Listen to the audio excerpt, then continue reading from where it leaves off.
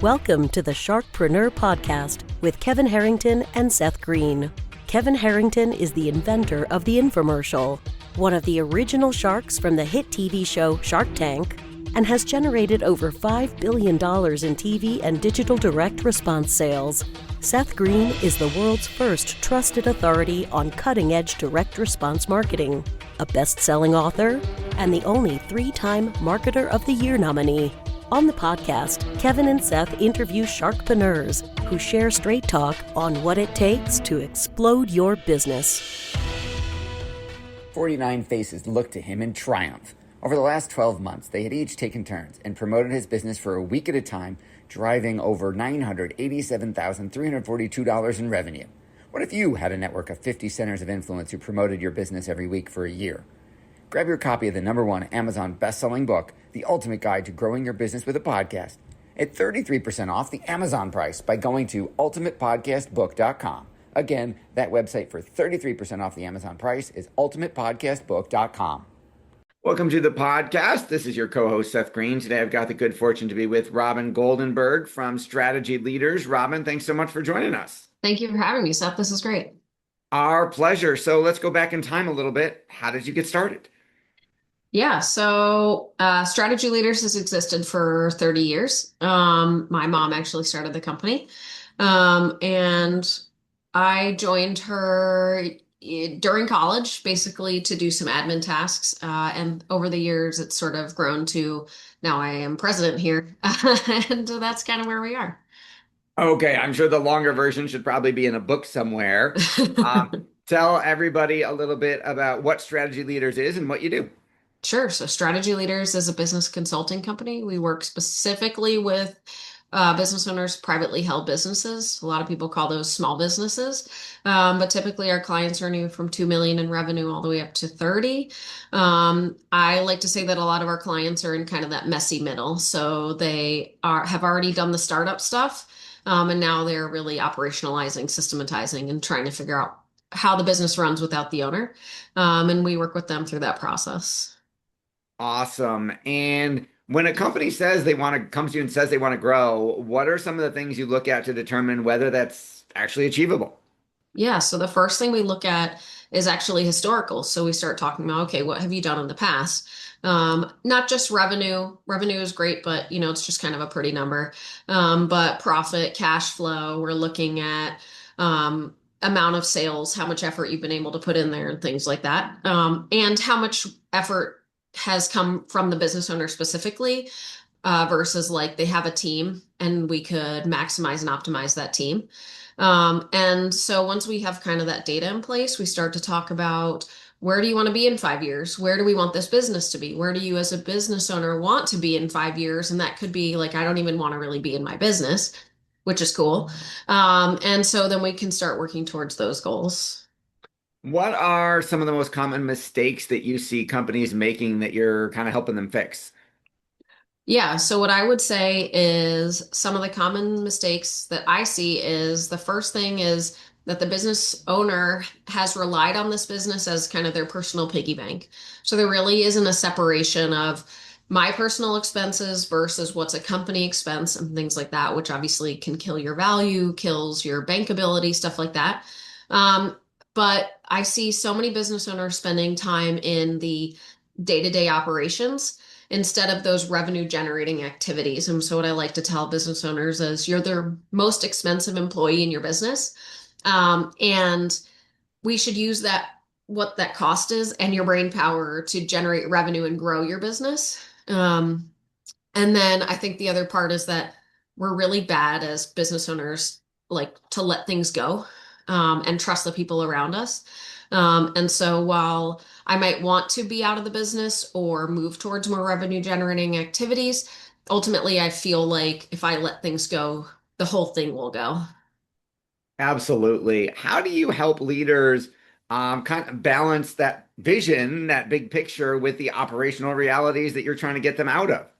Yeah. So what I like to do is something that I call a time audit. So it's kind of nitty gritty, but basically I ask my clients to, when they first start working with me, to document their day. So I want to know where you're spending your time. And not because I necessarily care, although I do care a little bit, but because it's a great visual exercise for a business owner to say, oh my gosh, I really did spend 2 hours going through my emails or whatever that might be, because we don't realize that we're doing those things. We just do them because it's autopilot and it's comfortable. And so once they can see those things and combine with this, where do we want to be in 5 years? They start to kind of see oh, I need to actually make some changes. And then that's where we can really start to move the needle. That makes a lot of sense. In your experience, what differentiates companies that actually break through and scale from those that kind of plateau? Yeah. So, one, cash is king, cash helps. So, if you go into your business thinking, okay, I really need to make sure that I have a concrete and profitable plan here, right? I need to make X dollars as an owner, then the business needs to keep X amount in the business, and I need this much to grow and put back into the business. Like, if you can start looking at those things, that really is a switch flipper. But then the other side of it, where I see it, is where the business owner really starts to take a step back and say, okay, this business can't run on me anymore. I don't want to be here forever. So how do we start to shift the business off my shoulders? So instead of being a tent pole, you start to build a house, right? And knowing that you have to make that change or having someone kind of show you the light really does make a difference. And then you can start to put systems in place, because I think what happens is, as entrepreneurs, we do everything, right? So we don't build systems and we don't build structure because I didn't have a team or whatever. I couldn't afford the best team or whatever that might be. But it gets to a growth point where if you don't have systems and structure in place, you will never get out of the day to day. If a CEO of one of that type of company is listening today and they feel stuck, what's the first strategic question they should ask themselves? Yeah. So, um, I think probably the first question they should be asking themselves is, do I want to live this way? Right. And what I like to ask is, what would happen if you left tomorrow? Things happen in life. We don't know, right? We're very, it's great that we woke up today and things like that, but you really don't know what's going to happen. And it could not even be death. It could be an injury or your mom is sick or whatever that might be. And so what would happen tomorrow if I couldn't show up? Right. And that starts to get people thinking, because I think entrepreneurs tend to believe that they are, um, nothing will ever happen to them. They will always be in their business. There will never be an issue. They'll never be sick. Their kids will never be out of school. Like, we just never think that way. And then that happens. And you're like, oh no, now what? My business won't run without me. Yeah, that's a painful reality. When should business owners start thinking about their exit strategy? Right away. As soon as you start your business, I know it sounds crazy, right? You're young, you're like, I'm gonna start a business. This is so fun. Um, right away, you should be thinking, okay, if I wanted to, what's my timeline here? It could not even be like, I want to exit and retire, as we're looking at maybe like younger generation of business owners, right? We're not thinking about retirement, maybe. But maybe I want to go do something else. Or your exit could be that the business runs without you and you get to take money from it and you don't have to be here. But basically, as soon as you start, you should be working towards it, whatever the exit looks like. And what are some of the biggest mistakes owners make when thinking about exit strategy? I think the first one is that exit means retirement. So a lot of people think, and I see this not just in the young business owners, but in the 50s, 60s, even into 70s. I talked to one the other day, where they're like, I don't want to exit because that means retirement. And ultimately, retirement means death. I think not even like physical death, but just like my brain won't work the same. I won't be whatever. So I think coming in and saying exit means freedom. Exit means doing whatever I want when I want to do it because I can, versus exit means the end of something is eye opener. And it gives you this breath of fresh air, essentially, to be like, oh, it's not that scary to plan for 5 years because it doesn't mean the end. It just means I can move on. I love that. What is one of the toughest leadership situations you've helped somebody navigate? Yeah. I had a client who, he's a very nice guy. He hired his best friend to run operations because they had known each other for 20 years or whatever that might be. And this was the perfect guy, and he knew what he was doing. And that guy was stealing from him. He didn't know because once you have, I think a lot of times when you get like an ops person, you're like, I don't need to do anything. But the guy was stealing. He was in cahoots with the payroll person. It was a whole thing. But my client didn't see it because that guy could never steal from me. We're friends, right? And he kind of removed himself. But when we started to look at the financials and looking at, we run a dashboard. So looking at QuickBooks data versus a dashboard versus like Excel spreadsheet, things just didn't add up. And obviously, your first response is like, it must be finance, it must be the payroll company.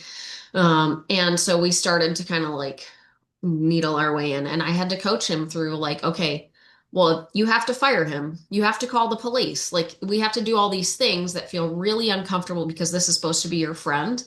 But ultimately, that guy ended up stealing like $100,000. Wow. Yeah. So that was a big one. You've achieved so much success and helped so many others do the same. What's your biggest challenge you're facing right now? Mine is I'm a mom, I have three kids. And so I hate the excuse like time, but we all don't have the same 24 hours in a day. I understand that. But my biggest challenge, I think, is keeping up my boundaries. So as I get more busy and take on more clients and my kids get older and they're trying to do things like after school, is really finding the time for myself because I know that if I'm headfirst into everything, I tend to just let my stress levels go high. I tend to kind of ignore my own needs. And I think as business owners, as working parents, we tend to kind of just, oh, I'll get to myself later. I'll get to myself later. And ultimately, our businesses will suffer because we're not mentally here.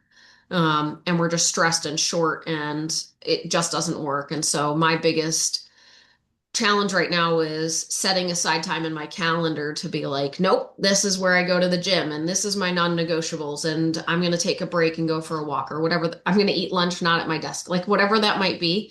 But really sticking to my boundaries, even when it feels like, well, if I just sat at my desk and ate my lunch here, then I could get so much more work done.